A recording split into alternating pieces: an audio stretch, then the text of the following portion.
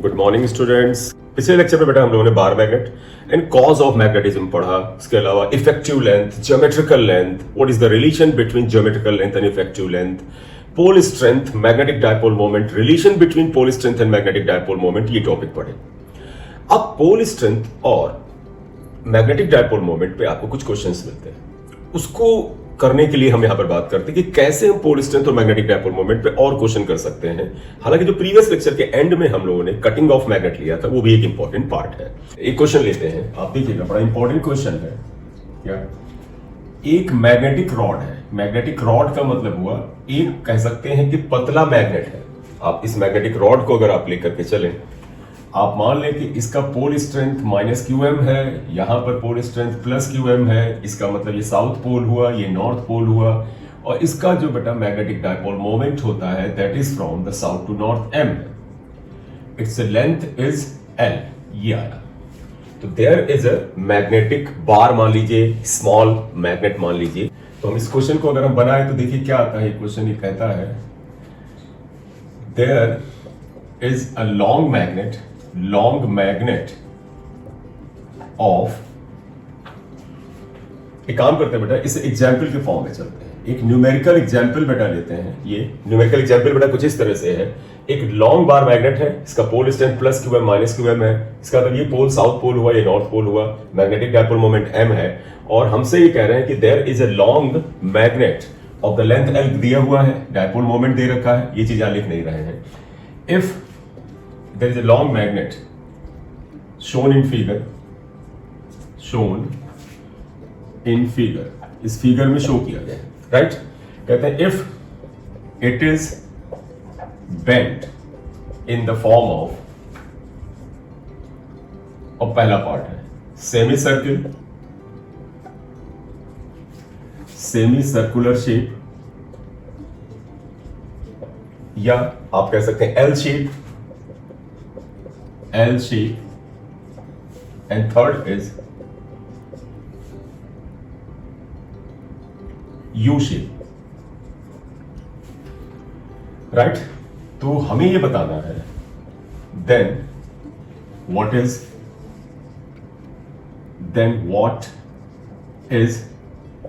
new dipole moment, ये अपना बेटा टारगेट है, राइट।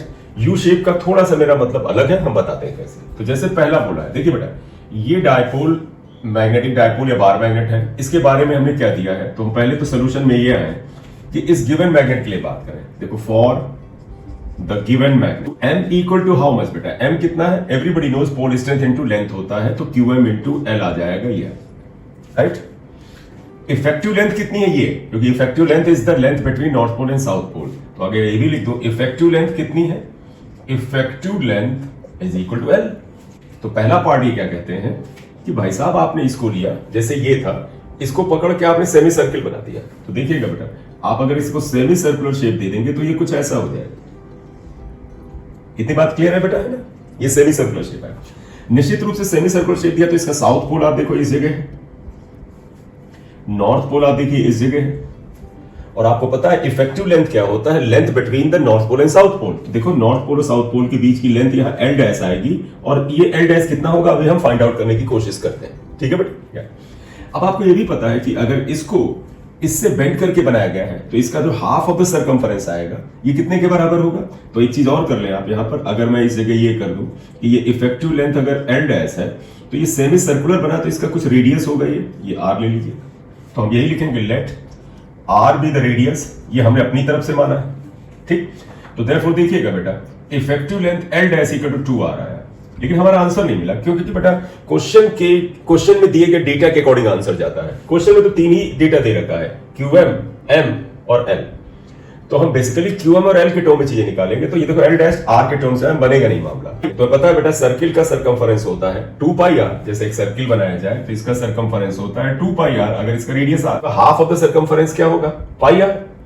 तो वही बात हम कर रहे हैं, देखिएगा ये half of the circumference is pi r, लेकिन ये पाई आर है किसके बराबर, l के बराबर है। तो pi r equal to l, तो आप लिख सकते हैं but pi r equal to l आया, यहां से r अगर निकाले तो l बाई पाई आ गया। तो बेटे आप देखिएगा R is L by pi, यहां रख दो तो इफेक्टिव लेंथ आ जाएगा। तो देयरफॉर आप क्या कहेंगे कि प्रश्न के इस हिस्से में इफेक्टिव लेंथ L डैश जो आ जाता है वो 2R के बराबर आया, और 2R को वैल्यू से रिप्लेस कर दें 2R, R is replace by 2L by पाई। तो भाई साहब देखिएगा L dash is 2L by पाई आया। तो फिर से सुनिएगा बेटा ध्यान से, L डैश इफेक्टिव लेंथ है, इस ओरिजिनल मैग्नेट का इफेक्टिव लेंथ L था। देखो इफेक्टिव लेंथ हमने यहां लिखा भी था, effective length was L। According to the first part of the question for the semi circular shape, इसका जो इफेक्टिव लेंथ आएगा वो L डैश होगा, और that would be equal to 2L by pi. अब अगला पर्पस है बेटा नया डायपोल मोमेंट निकालना। इसका न्यू डायपोल मोमेंट क्या आएगा? तो आपको पता है बेटा पोल स्ट्रेंथ तो बदलेगा नहीं, नॉर्थ पोल का पोल स्ट्रेंथ QM था, साउथ पोल का माइनस QM था। तो अगर मैं तुमसे कहूं new dipole moment M dash, क्या आ जाएगा बेटा? QM यानी पोल स्ट्रेंथ, वो तो वही का वही बना है, और इनटू L डैश आएगा, क्योंकि डायपोल मोमेंट होता है बेटा QM into L, L is the effective length, and that would be equal to QM 2L upon पाई।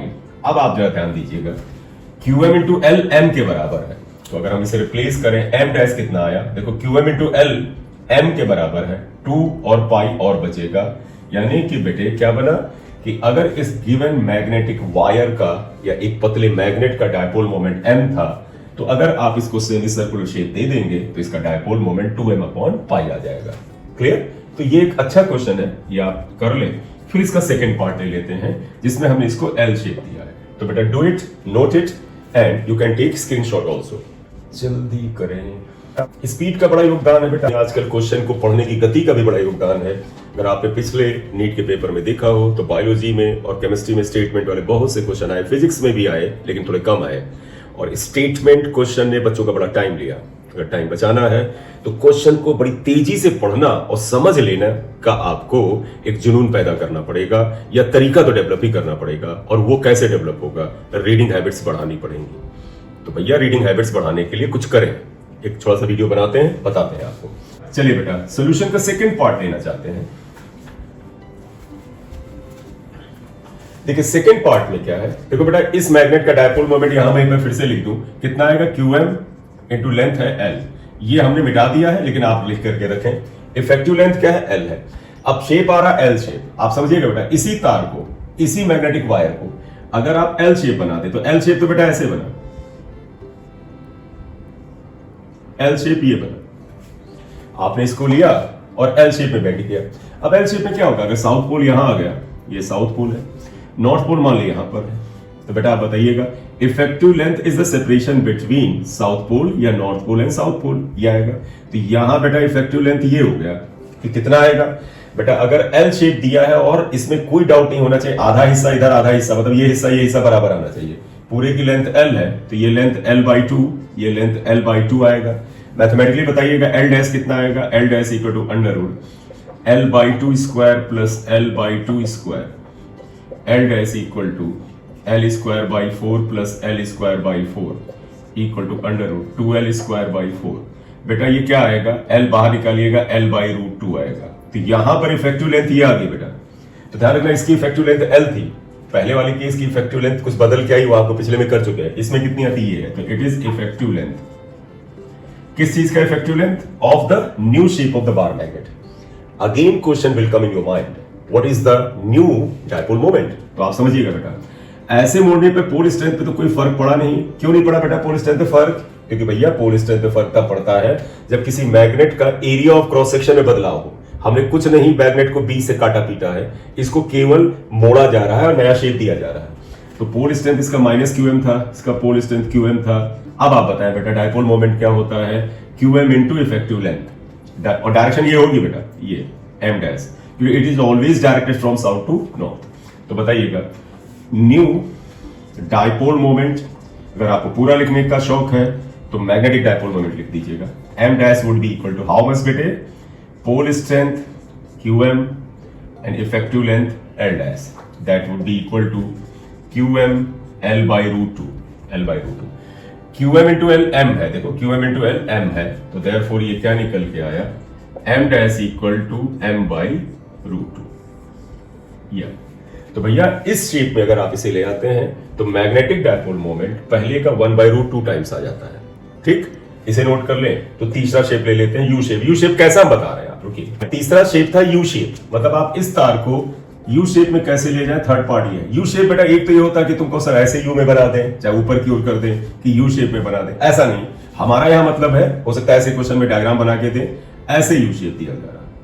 तो आप चाहें तो कुछ और नाम लिख सकते हैं अगर आपके मन में कोई इससे बेहतर इसके शेप का नाम याद आए, लेकिन आप समझ लीजिए मैं इसे बताने की कोशिश कर रहा हूं। इसमें ये ध्यान रखिएगा, ये लंबाई ये लंबाई ये लंबाई सेम है, आपको ना दिख रही हो लेकिन ये सेम। इसमें बेटा ये लेंथ ये लेंथ ये लेंथ सेम है। अगर L के 1 2 3 टुकड़े करें तो ये लेंथ L/3, ये लेंथ L/3, ये लेंथ L/3 आती है।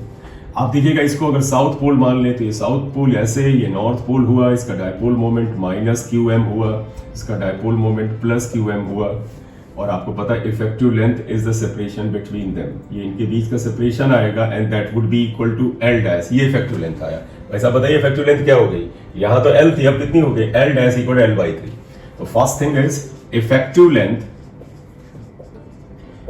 L dash is equal to L/3।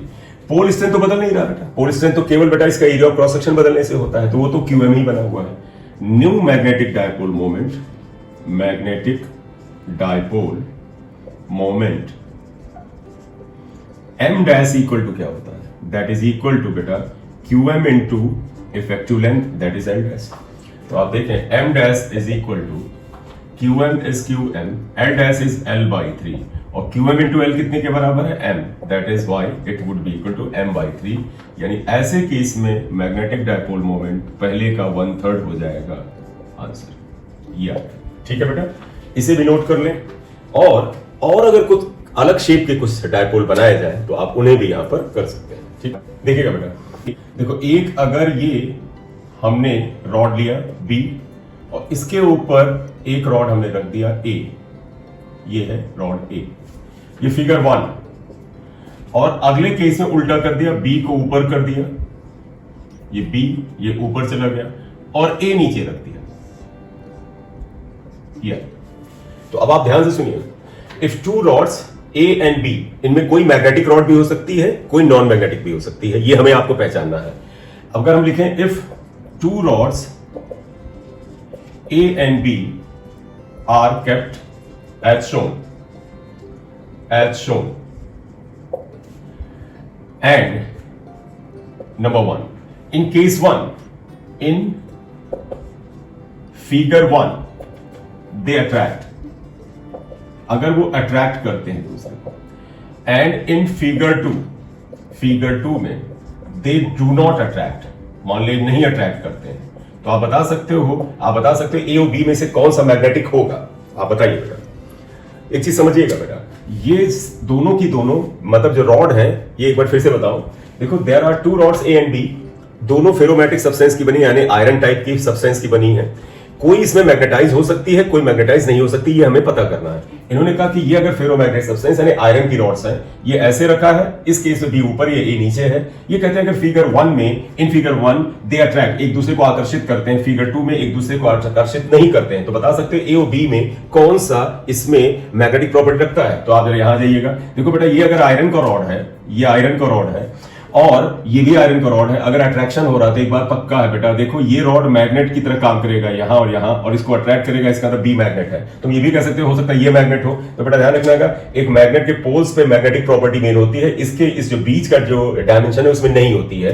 तो अगर ये अट्रैक्ट कर रहा है इसका मतलब बी मैग्नेट है। और मजे की बात यहां पे देखिएगा, और अगर बी मैग्नेट है और इस स्थिति में अट्रैक्शन नहीं है तो नहीं होगा। देखो बेटा ये तो मैग्नेट है नहीं और ये मैग्नेट है, यहां पर इस जगह पे इसका मैग्नेटिज्म तो होता नहीं, मैग्नेटिज्म तो यहां पर होता है, मैग्नेटिक लाइंस ऐसे जाती है। तो ये इंडिकेटर है कि भैया B निश्चित रूप से मैग्नेट है और A मैग्नेट नहीं है, क्योंकि अगर A मैग्नेट होता तो इस केस में ये B को भी अट्रैक्ट करता। तो यहां क्या लिखोगे, in this case B is magnet and A is not magnet. Magnet नहीं, वो केवल आयरन जैसा पीस है। तो इसका मतलब क्या समझे बेटा, क्या आप अट्रैक्शन से पता कर पा रहे हैं कि ए और बी में कौन मैग्नेट है? आप बड़े ध्यान से सुनिएगा, ये अगर मैं ना लाऊं, सेकंड केस ना लाऊं, ये फिगर 2 ना लाऊं और मैं कहूं ये एक दूसरे को अट्रैक्ट कर रहे हैं, तो शायद आप पता ना कर पाए कि वास्तव में कौन मैग्नेट है और कौन नहीं है। तो इसका मतलब क्या पता चला, अट्रैक्शन से मैग्नेटिज्म का टेस्ट नहीं होता है। तो तुम्हें पता है बेटा, repulsion is the sure test of the magnetism. Repulsion is test, या और बेटर वर्ड लिखिएगा, sure test of magnetism, right. तो repulsion is the test of magnetism. इसे याद भी रख सकते हैं, एग्जाम्पल से रखते हैं तब तो फिर अच्छी ही बात है, राइट। कुछ और एग्जाम्पल लेते हैं, आइए बेटा देखिए। पहला हम यहां पर लेते हैं क्या, दो मैग्नेट है बेटा, देखो ये दो मैग्नेट है, इसका ये साउथ पोल है S1, ये नॉर्थ पोल है N1, इनका मैग्नेटिक डायपोल मोमेंट बेटा इधर होगा M1, साउथ से नॉर्थ। दूसरा मैग्नेट बेटा ये रखा है, इसमें देखिएगा ये साउथ है, ये नॉर्थ है, और इसका मैग्नेटिक डायपोल मोमेंट इधर जाता है, इनके बीच का एंगल थीटा है। तो आई एम रिपीटिंग बेटा, there are two magnets, one of the magnetic dipole moment M1, other of magnetic dipole moment M2, और इनके मैग्नेटिक डायपोल मोमेंट के बीच का एंगल थीटा है। तो अगर आपसे पूछा जाए what is the resultant magnetic dipole moment, तो बेटा आपको याद है वेक्टर वाला लगाना है रूल, तो आप बताइएगा therefore resultant magnetic dipole moment, अगर इसे हम m से लिखें, that is equal to under root m1 square plus m2 square plus 2 m1 m2 cos theta, ये होगा, right. m1 square plus m2 square plus 2 m1 m2 cos theta. अगर आपसे कहें कि सर ये किस डायरेक्शन में होगा, निश्चित रूप से बेटा m1 m2 तो अगर वेक्टर है, इनका रिजल्टेंट इनके बीच में से कहीं जाएगा, ये कुछ ऐसा होगा, ये एंगल थीटा का। अब ये भी आपको ध्यान होगा कि if m makes angle alpha with m1, तो हम यही लिखें if m makes angle alpha with m1, then आपको याद होगा बेटा, आपको डायरेक्ट वहीं से लिखना चाहिए tan अल्फा। तो याद है tan अल्फा क्या होता था, b sin थीटा। मतलब अगर ये a के साथ एंगल अल्फा बनाता था तो b पहले आता था, b का मतलब सेकंड, तो ये क्या होगा m2 sin थीटा, थीटा तो यही रहेगा upon m1 plus m2 cos theta, ये आएगा फार्मूला। आप 11th का वेक्टर से आप रिलेट कर लीजिएगा, इक्वेशन 2 स्टार आएगा। बढ़िया, चलिए बेटा इतना आ गया ये, तो आप इसे दिमाग में रखो। इसका मतलब ये हुआ कि m1 m2 वेक्टर क्वांटिटीज है, whenever you have to find out the resultant of m1 m2, whatever be the angle between them, then you would have to apply the formula of the resultant of the two vector quantities. Clear? अब जैसे मैं एक और example अगर इसमें लूं और आप बताएं बेटा, मैं कहता हूं एक बार मैग्नेट ये है, इसके ऊपर दूसरा बार मैग्नेट ये रखा है, इसका ये साउथ पोल है S1, इसका ये नॉर्थ पोल है N1, और इनका डायपोल मोमेंट ऐसे काम कर रहा है M1। इसका साउथ पोल है S2, इसका नॉर्थ पोल है N2, डायपोल मोमेंट इधर काम कर रहा है। बताइए भाई साहब इनका नेट डायपोल मोमेंट क्या होगा। देखो बोथ आर पैरेलल, तो आप कहोगे रिजल्टेंट डायपोल मोमेंट, अगर m लिखा जाए that would be equal to simply m1 plus m2। अब आपको क्या वेक्टर सम लेना चाहिए, एवरीबॉडी नोज अगर दो वेक्टर क्वांटिटीज एक ही डायरेक्शन में है तो उनका वेक्टर सम लें या अलजेब्रिक सम लें, सेम ही होगा। तो आप इसे अगर ऐसे लिख देंगे कि m equal to simply m1 plus m2 तो भी चलेगा, कोई फर्क नहीं पड़ता है क्योंकि यही आने वाला है। तो सिंपली आप जोड़ दीजिए अलजेब्रा की तरह, ठीक है। इसे हटा ले, लिख लीजिए, स्क्रीनशॉट ले लीजिए। चलें एक और इसका अगर हम एग्जाम्पल लें, ये एग्जाम्पल 1 हमने ले लिया, अब एग्जाम्पल 2 लिख लीजिएगा। एग्जाम्पल 2 अगर आपको ले लिया जाए, ये मैग्नेट ऐसे रखा है, south pole north pole direction ये, और इस पे दूसरा मैग्नेट ऐसे रख दिया गया है, साउथ पोल और नॉर्थ पोल, और डायरेक्शन ये आ जाएगा M2। अब बताइए यहां पर नेट डायपोल मोमेंट क्या हुआ, ये दाहिनी तरफ बाईं तरफ ग्रेटर माइनस स्मॉलर, यानी M1 अगर बड़ा है तो M1 माइनस M2। तो यहां पर रिजल्टेंट मोमेंट अगर m से हम लिख रहे हैं that would be equal to m1 minus m2। Simple algebra की तरह आप खत्म करिए, सिंपल अलजेब्रा की तरह सब्ट्रैक्ट कर दीजिए। एग्जाम्पल 3 अगर हम लिख लें, आप देखिएगा एग्जाम्पल 3, एक मैग्नेट ऐसे रखा है और दूसरा मैग्नेट ये ऐसे रखा है, इसका ये साउथ पोल, इसका नॉर्थ पोल, ये magnetic moment, south pole north pole, इसका मैग्नेटिक डायपोल मोमेंट M2, ये आया। एंगल कितना दिख रहा है बेटा, angle is 90, theta equal to 90। Resultant dipole moment क्या है,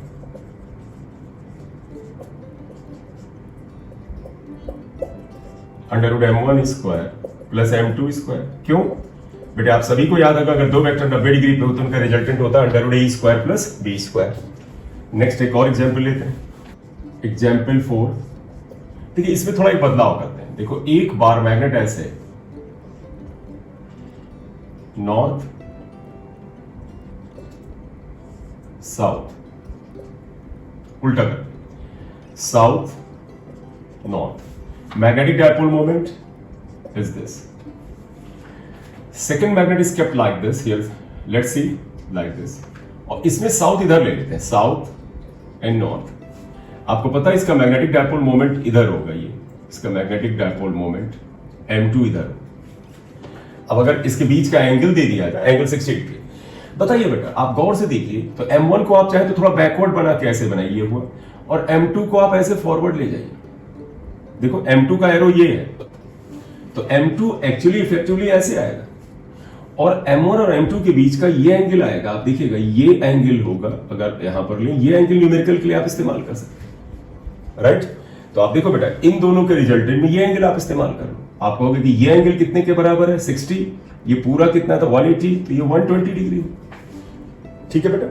तो इस हिसाब से बताइएगा resultant magnetic dipole moment is √m1 square plus m2 square plus 2m1 m2 cos 120, क्योंकि यहां cos थीटा ये नहीं आएगा, 120 आएगा, √m1 square plus m2 square plus 2m1 m2 cos 120 minus half होता है, ये कैंसिल करेगा, तो ये क्या बचेगा, √m1 square plus m2 square minus m1 m2, ये रिजल्टेंट हो गया भाई साहब।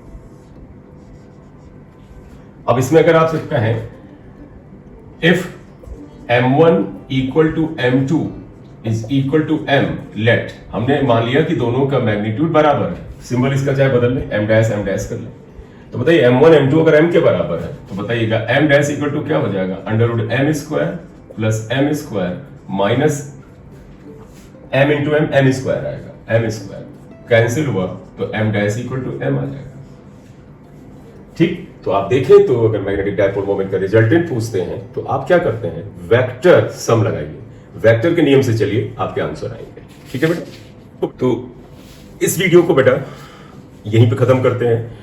Magnetic dipole moment pole strength से रिलेटेड बातें यहां आ गई हैं। अगला वीडियो आपके लिए मैंने ऑलरेडी प्रीमियर में डाला हुआ है, वो तुरंत आपके सामने आ जाएगा कल। अगर आपको ये चैनल यूजफुल लगता है तो इसे सब्सक्राइब करें, अपने मित्रों को भी सब्सक्राइब करने के लिए कहें, और इसको शेयर कर दिया करें, लाइक भी कर दिया करें। Thank you very much, have a nice day.